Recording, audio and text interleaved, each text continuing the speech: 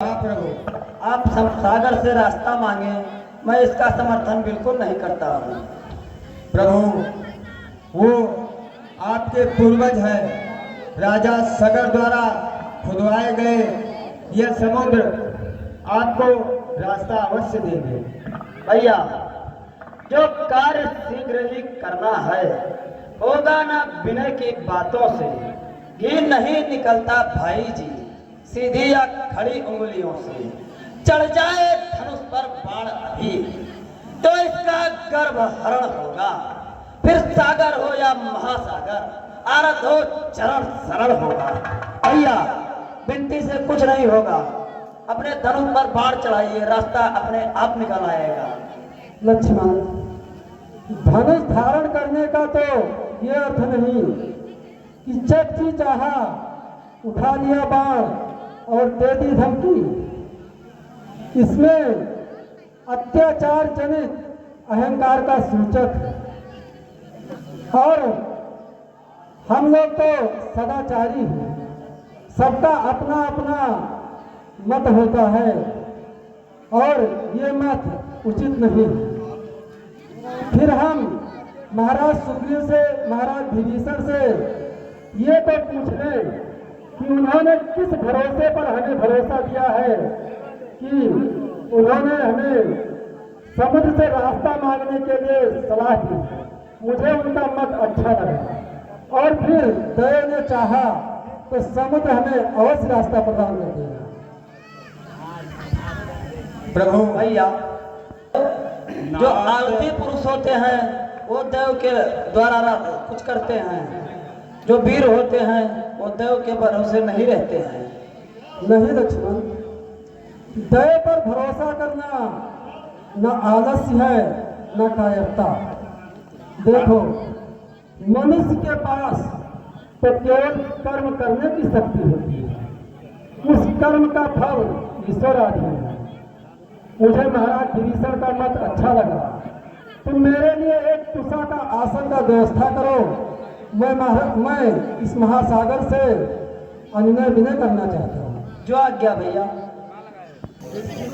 मैं महाराज सगर का वंशज राम अपने भाई लक्ष्मण सहित आपकी शरण में आया हूं। महाराज सगर द्वारा आपकी उत्पत्ति हुई, इसलिए आप हमारे पूर्वज हो। मैं आपसे सेना सहित पार जाने में आपसे मदद मांगता हूँ। हे रत्नाकर, मुझे थोड़ा सा रास्ता दे दो जिससे ये हमारी सेना उस पार पहुंच सके। आज से मैं आपकी आराधना अन्न जल ग्रहण किए बिना जब तक करता रहूंगा जब तक आप प्रसन्न होकर हमें रास्ता नहीं देंगे। नमस्तुभ्यं जल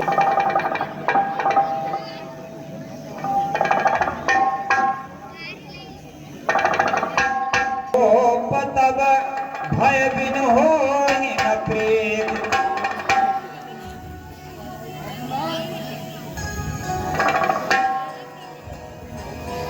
ये महासागर भूतकालीय साक्षी है कि छिवाकू वंशी सदा परहितकारी बनकर कुछ न कुछ देते रहे हैं। किसी से कुछ लेते नहीं, याचना नहीं करते।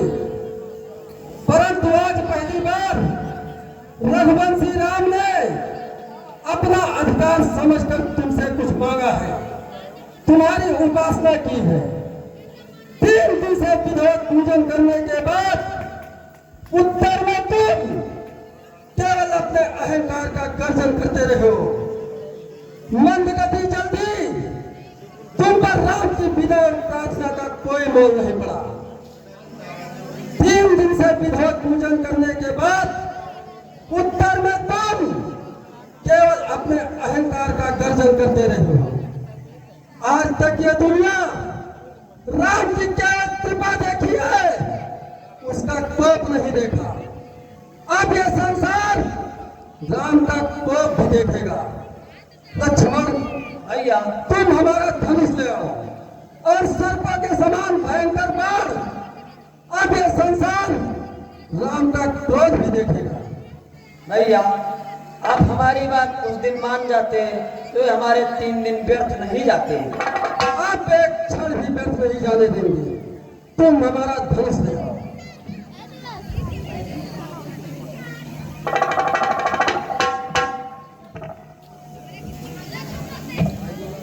जिस प्रकार मोह ममता में फर्क ज्ञान का उपदेश देना, ऊसर धरती में बीज बोना और मूर्ख के सामने विनय दिखाना व्यर्थ होता है, उसी प्रकार तुम्हारे सामने राम की विनय और प्रार्थना का कोई मोल नहीं पड़ा।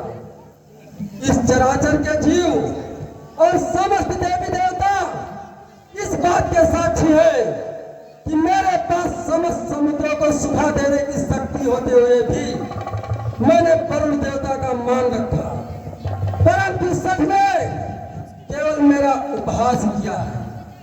शास्त्र कहता है कि जिस प्रकार केला काटने पर ही फल देता है, उसी प्रकार जब कोई मूर्ख हो वो दंड पाता है तभी वो झुकता है।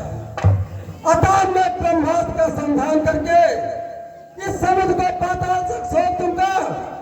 अब जल के स्थान पर केवल रेत रह जाएगी, जिसके ऊपर से हमारी सेना पार जाएगी। जय ब्रह्मदेवाय नमः।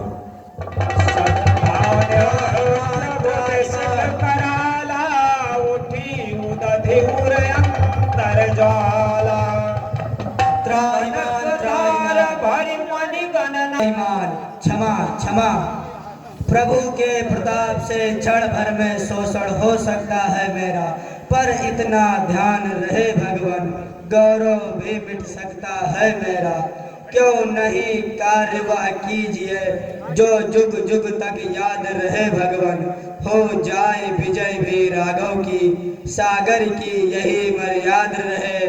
हे रत्नाकर, हे सागर, मुझे तुम्हारे वचनों से संतोष हुआ, परंतु मुझे वो उपाय बताओ जिससे हमारा कार्य भी हो जाए और तुम्हारी मर्यादा भी बची रहे।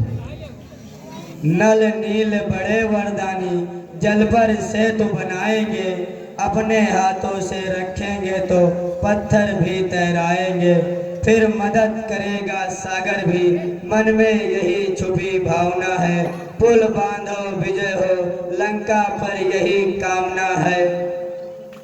हाँ सागर, मैं जैसा आपने बताया है उसी के अनुसार कार्य करूंगा, लेकिन हमारी एक समस्या का समाधान और कीजिए। ये जो मेरे बाण हैं अमोघ है, एक बार अगर धनुष पर संधान हो जाए तो बिना लक्ष्य भेदे तुरीणी में वापस नहीं आती। अब आप ही बताएं, इस बाण को मैं कहां और किस पर छोड़ूं? यही शर्म बाण उन पर छोड़ो जो खल में मेरे उत्तर है, आरंभ सेतु का कार्य करो अत्यंत शीघ्र शुभ अवसर में। ठीक है महासागर, मैं ये बाण उत्तर दिशा में अवश्य छोड़ूंगा। इस बाण की मार से वहां की धरती मरुभूमि हो जाएगी, जिससे अनेकों औषधियां उत्पन्न होंगी, जिससे जीवों का कल्याण होगा।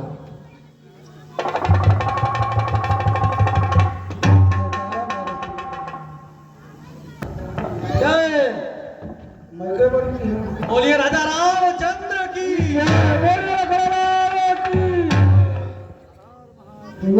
और यह शिल्प कौशल होते हुए भी हमें इतना परेशानी का सामना उठाना पड़ा।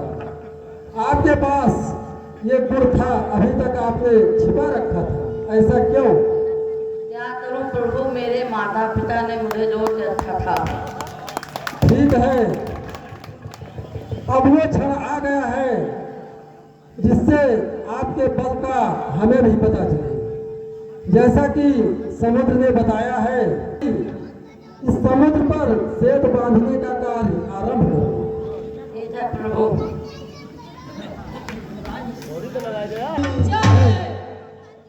महाराज सुग्रीव,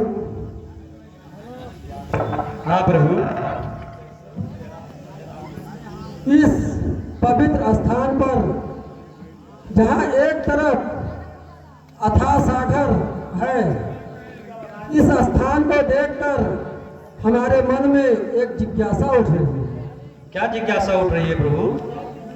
जो कार्य नहीं हो सकता था सम्राटों से भी वर्षों में, है साधुवाद द्वारा उसको वह कर दिखलाया दिवसों में। अच्छा, अब मेरी इच्छा है संस्थापना हो शिव शंकर का, लंका पर चढ़ने से पहले आराधन हो शिव शंकर का।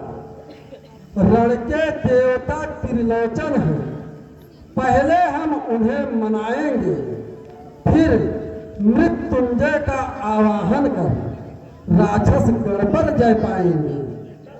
असुरों के रखवाले हैं तो अपने भी रक्षक हैं शंकर।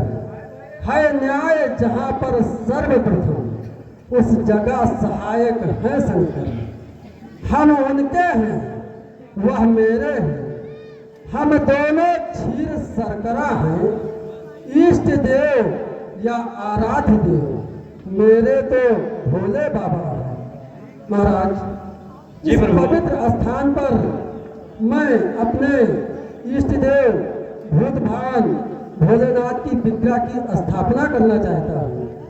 इसलिए आप किसी दूत को भेजकर कुछ विद्वान पंडितों और कुछ सामग्री एकत्र करो, जिससे मैं भोलेनाथ की स्थापना कर सकूं और मैं उनकी पूजा कर सकूं। ठीक है प्रभु, मैं कोई दूध भेजता हूँ।